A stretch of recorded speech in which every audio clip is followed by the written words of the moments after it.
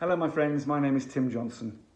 I very quickly want to talk about opiate and alcohol dependence and how you can slip from sort of heavy drinking or taking pills or recreationally in some cases into actual dependence and what it is.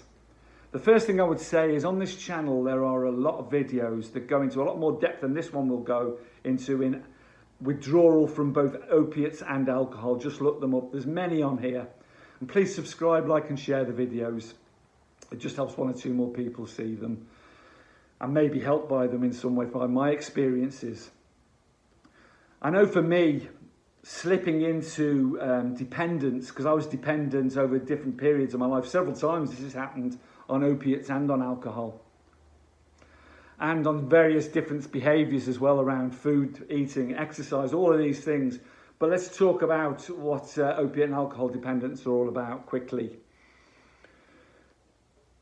When do you slip into dependence from having a drink every night, having a couple of glasses of wine, going out at weekends and maybe having a binge or taking pills recreationally or whatever it is? When do you slip into dependence? And the answer is very easily and very quickly.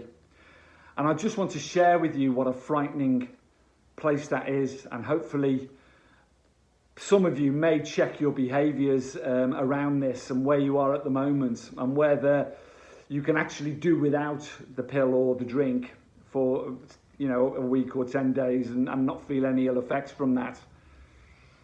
The thing is, currently there's crisis everywhere. More and more people are turning to alcohol and mind-altering substances and opiates for comfort and to escape their feelings and the real world, because it's uncomfortable at the moment for everyone and frightening, and people feel helpless and afraid, basically. It's totally understandable to want to escape from those feelings. And it may start with a couple of glasses of wine every night, then up to half a bottle. The thing is with anything, drink, and we're just talking about alcohol and opiates here, they work on the pleasure receptors in your brain. So when you first take them, they release a massive amount, like a surge of dopamine and some serotonin. And it makes you feel good, and it makes you feel relaxed, and it makes you feel confident, and all your worries slip away, particularly with opiates, because things happen a lot quicker with opiates than they do alcohol. Because that feeling of being wrapped in cotton wool and you're protected from everything in the world and your worries have gone is very, very seductive. And the problem is with both these substances that you can never replicate that first dopamine and serotonin rush. But you're trying to from then on. That's why both these things are progressive. They will always be progressive. You may not think they are, but if you then analyse what you're taking and what you're drinking, you'll see the escalation slowly but surely rising up the scale until maybe you're having a bottle of wine every night.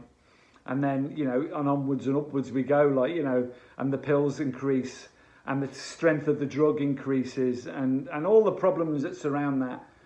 The problems arise because these slowly but surely, they chip away at your brain chemicals and they replace the dopamine and serotonin released, and slowly but surely you're relying totally on the alcohol or the opiates for those pleasure receptors to fire in your brain. Because your brain has literally, this is the tipping point into dependence, your brain has literally stopped or is making very tiny amounts of dopamine, serotonin, and it's been replaced by the opiates and the alcohol. It is that point then that you become dependent. And as your body uses up, then withdrawal symptoms come in, and the most terrifying, it sneaks up on you so slowly, but it's so shocking when you realise and escalates to such a stage that you need, for me, I needed to drink every 3 hours. I would wake up in terror into withdrawal, and there was no pleasure being triggered anymore by the opiates or the alcohol. There was no dopamine release, obviously. All that was happening was every 3, 4, 5 hours, I was needing, whether it be the opiates or the alcohol, just to feel normal, to move, to go out and get more, and to find the money from somewhere to just stay well.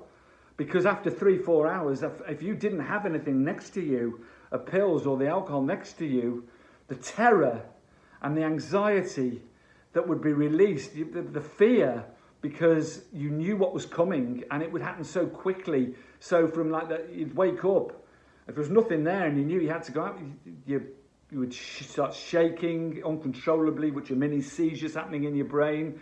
The vomiting would start, the sweats would start, the acute, utter terror and anxiety would start, the restless legs would start, the pains in your joints would start, sweat, hot, cold, awful. And then all the energy would seep out your body and you would literally, I remember stages where I would go down and buy alcohol and have to drink a litre of alcohol just to walk back up the hill into my apartment. Now, that's the acute stages I'm talking about. But what the point of this video is that you have to be aware of where that tipping point is. So give yourself a break from from any chemicals and see how your body's reacting, and that'll tell you whether you're becoming dependent on it. And if you are, I suggest that you have a look at ways of coming off it and stopping, because I promise you it will only get worse and lead you to where it led me. But on the upside, there's a way out. There is a way out. I'm not dependent on any chemicals or mind-altering substances anymore, and I feel stronger and happier than I've ever felt in my life. And if you follow the journey on the channel, you'll see how that's happened. And it's not been easy. There's been step backwards as well as step forwards. But there is a way out. Even if you're in the depths of it now and you're suffering badly now, there is a way out. Look at the withdrawal videos. Find out, go and see a doctor. Do whatever it takes, because you have to take responsibility. It's all right getting well for all your families, your friends, your loved ones and all the rest of it, which is beautiful. But there's only one person that you have to get well or want to get well for with all your heart and all your being, and that's you. So take a good look at yourself now and don't make the same mistakes as I did. So I hope that's been some of use for you. Carpe Diem, seize the day today. Much love to you all. Bye-bye.